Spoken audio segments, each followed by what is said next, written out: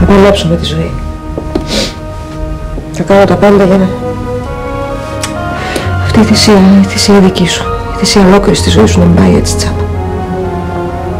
Θα κάνω οτιδήποτε, οποιαδήποτε δουλειά, για να σπουδάσω, να μορφώσω το παιδί μας. Αλλά αλίμονό του. Αλίμονό του, έτσι και γυρίσει και μου πει μια μέρα ότι θέλει να καταταγεί στην αστυνομία. Αλίμονό του αν κάνει μια γυναίκα να υποφέρει. Αλίμονό του αν την κάνει να πεθαίνει από αγωνία, να μην ξέρει αν ζει ο άντρας της, αν πέθανε, αν θα τον περιμένει σπίτι, αν θα πάει να τον ψάξει σε κάποιο νοσοκομείο ή σε κάποιο νεκροτομείο. Αλίμονο στο παλιόπαιδο αν μου πει ότι θέλει να ακολουθήσει το επάγγελμα του πατέρα του. Μιλάς να ξαναγυρίσει πάλι το παιδί πίσω στο σπίτι. Έγινε κάτι τέτοιο? Γιατί ήρθες να μου το πεις? Πες μου σε παρακαλώ πάρα πολύ, ξαναγύρισα πάλι το παιδί στο σπίτι. Σε εκετεύω, σε παρακαλώ, αυτό ήρθες να μου πεις? Απάντησέ μου. Απάντησέ μου λοιπόν. Ο υπουργός σου έδωσε το θάρρος να χωρίσεις από μένα. Μην να την κρατήσουμε. Καλά. Τώρα μόλις έβλεπα τηλεόραση περιμένοντας την Μαριάννα και έμαθα κάτι που νομίζω ότι πρέπει να το μάθετε αμέσως τώρα κι εσείς. Τι σημαίνει, Έλληνα? Μόλις πέθανε ο στρατηγός Μακφέρσον.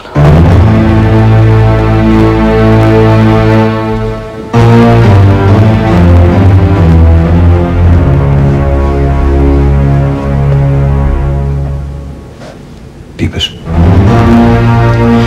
Μόλις πέθανε ο Καναδός, κύριε Θεοχάρη. Εσύ πώς το έμαθες? Μα σας είπα, το είπε τηλεόραση. Έλα να είναι σίγουρο. Αυτό είναι τηλεόραση.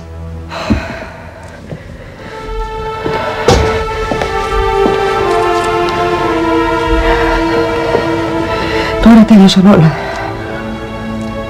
Μόλις έχασες τα πάντα. Τη ζωή σου, την καριέρα σου, την οικογένειά σου. Όλα.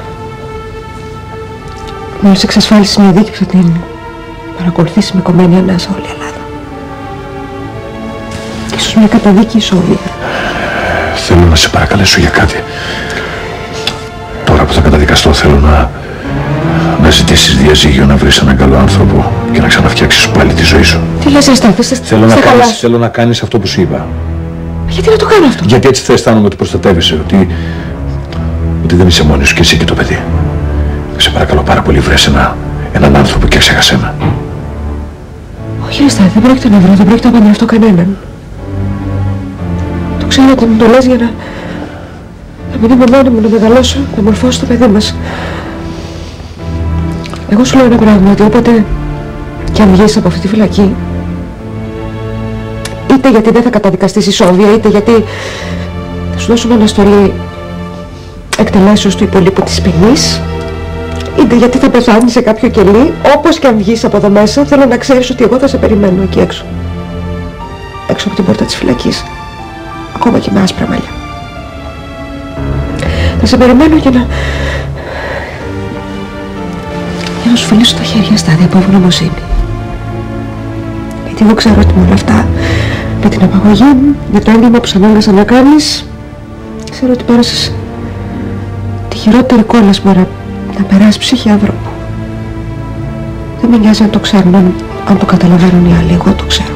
Εγώ σε καταλαβαίνω. Εγώ. Και θα σε περιμένω μια ολόκληρη ζωή.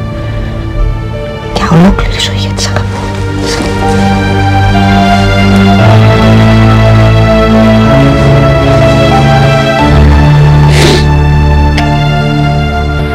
Με φυλάς εκεί, είναι χωρισμός Σταθή.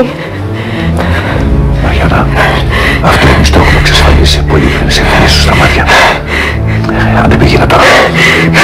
Σε παρακαλώ πολύ, στήσου δίπλα στο τηλέφωνο και περιμένω να σου τηλεφωνήσω για το παιδί. Και μόλις το πάρεις πάλι πίσω στο σπίτι, το ποιήσέ με και εμένα.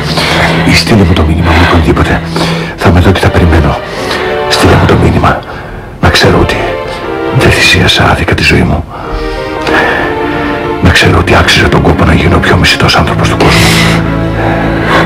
Ότι άξιζε.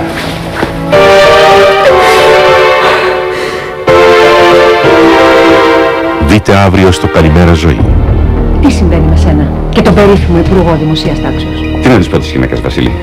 Ότι ήρθε ο άντρας να μας βοηθήσει και εμείς τον σκοτώσαμε εμείς οι ίδιοι. Στο βάθος της ύπαρξής σου Δεν είσαι ευτυχισμένη με το τωρινό επίπεδο της ζωής σου. Ποιο είναι το λάθος μου, ποια είναι η ατιμία μου, σε ρωτώ, πες μου! Όχι για το Θεό. Εσείς δεν έχετε καμία ευθύνη. Πού το πάτε, τι μου ζητάτε? Να γίνω η μετρέσα σας? Το αυριανό Καλημέρα Ζωή είναι ένα επεισόδιο που θα σας συναρπάσει από την πρώτη στιγμή. Οι αγαπημένοι σας ήρωες σε μεγάλες στιγμές. Να προσπαθήσετε να δείξετε λίγη κατανόηση. Ό,τι και να συμβεί, όποια στάση και αν τηρήσω, υπεύθυνη θα είναι η ζήλια του Νάκου. Ο ταξιάρχος Θεοχάρης θα καταδικαστεί σε ισόβια. Σε θέλω, σε ποθώ, σε σκέφτομαι συνέχεια. Γιατί σε έχω αγαπήσει, Ζέτα. Φοβάστε, κύριε Θεοχάρη? Αν δεν σου γεμίζει τη ζωή αυτός ο άνθρωπος, χώρισε. Δεν ξέρω. Αν δική σας τραγωδία είναι χειρότερη και μεγαλύτερη από δική μου. Αμέσως μετά, πιο δική σας από ποτέ, η λάμψη του Νίκου Φόσκολου.